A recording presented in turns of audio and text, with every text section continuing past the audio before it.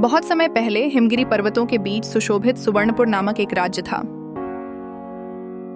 इस राज्य में राजकुमारी अन्विथा का निवास था, जो अपनी सुंदरता और साहस के लिए पूरे क्षेत्र में जानी जाती थी।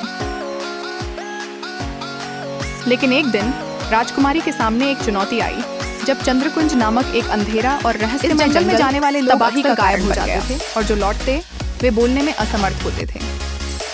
सुवर्णपुर के महान राजा वीरेंद्र ने कई सैनिकों को भेजकर स्थिति का समाधान करने का सही प्रयास किया। अंततः लेकिन राजकुमारी अन्विथा ने खुद जंगल की ओर जाने का निश्चय किया।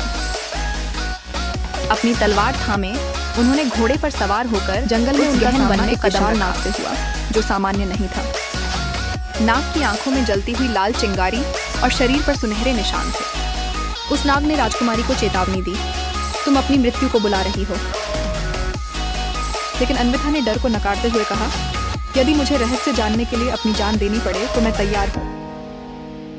जी उनके साहस से प्रभावित होकर जंगल की गहराई से एक प्रकाश साधु ने नाग को शांत और एक वृद्ध साधु राजकुमारी को अपने साथ ले गए। उन्होंने बताया कि यह भूमि एक श्रापित राजमहल की है।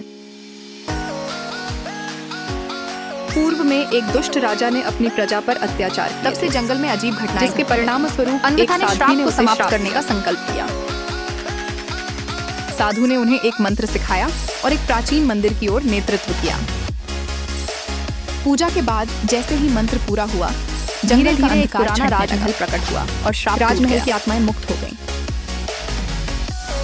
जंगल फिर से हरा भरा हो गया और सुवर्णपुर के लोग खुश हो उठे।